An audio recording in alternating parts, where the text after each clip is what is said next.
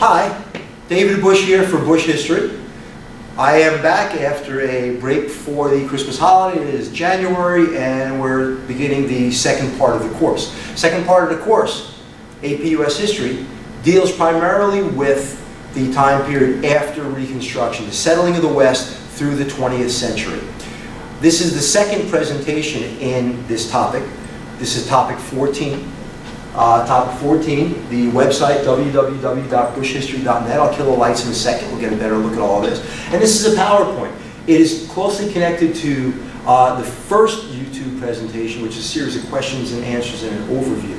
So let me kill the lights and we'll get started with this.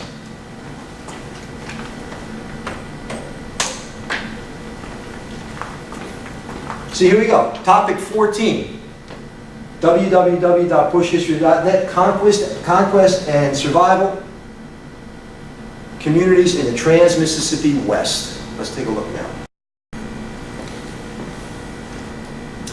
As I go through this PowerPoint, you may not be able to see everything as clearly as would help in my explanation. However, this PowerPoint is available on my website as part of topic 14, so you can look at it closely yourself. Anyway, let's take a look at it. This is a map of the United States showing how we grew in large pieces. All of it, all these pieces were acquired before the Civil War, except the western parts were not really developed until after the Civil War. Let's take a look and see what happens.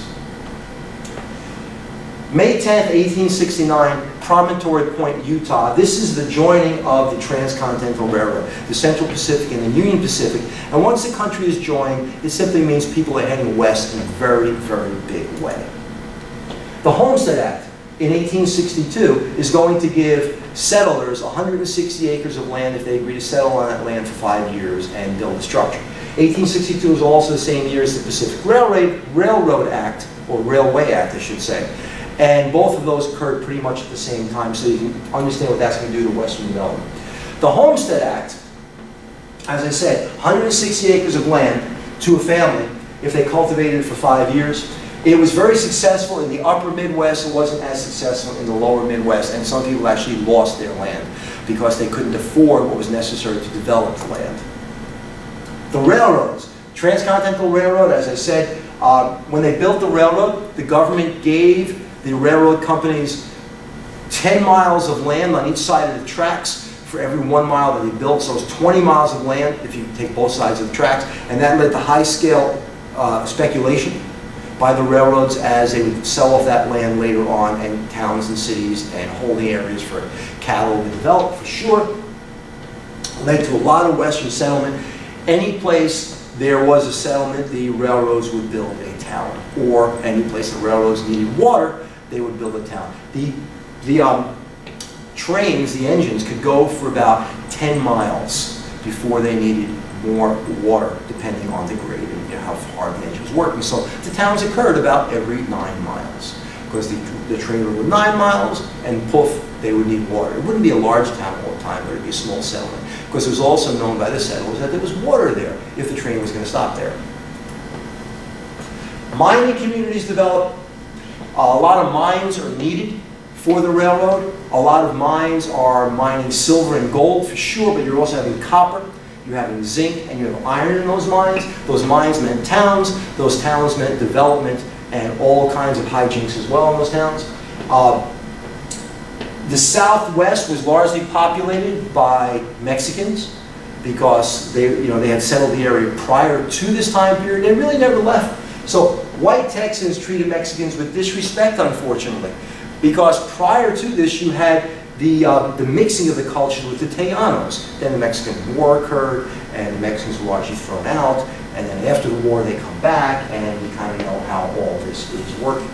You also have the Mormon Community developing near Salt Lake City. I know it's caught up here on the PowerPoint, but that's going to also attract a lot of settlement because it's a market. The trains are going to go near there. That's why Promontory Point is near Salt Lake City. It's a good meeting place. And the Mormons are going to need things marketed to them, and they're going to need to be able to communicate and ship things back and forth. Certainly the Indian removal was going on. There's no doubt about it. One after another, subjugation and broken treaties. You will have the Chivington Massacre. You will have Little Bighorn occurring. You will have the Thief Treaty with the Nez Perce. All of these things are going on as the Indians are facing more and more destruction and more slaughter. There are a couple of links I'll show you in a second.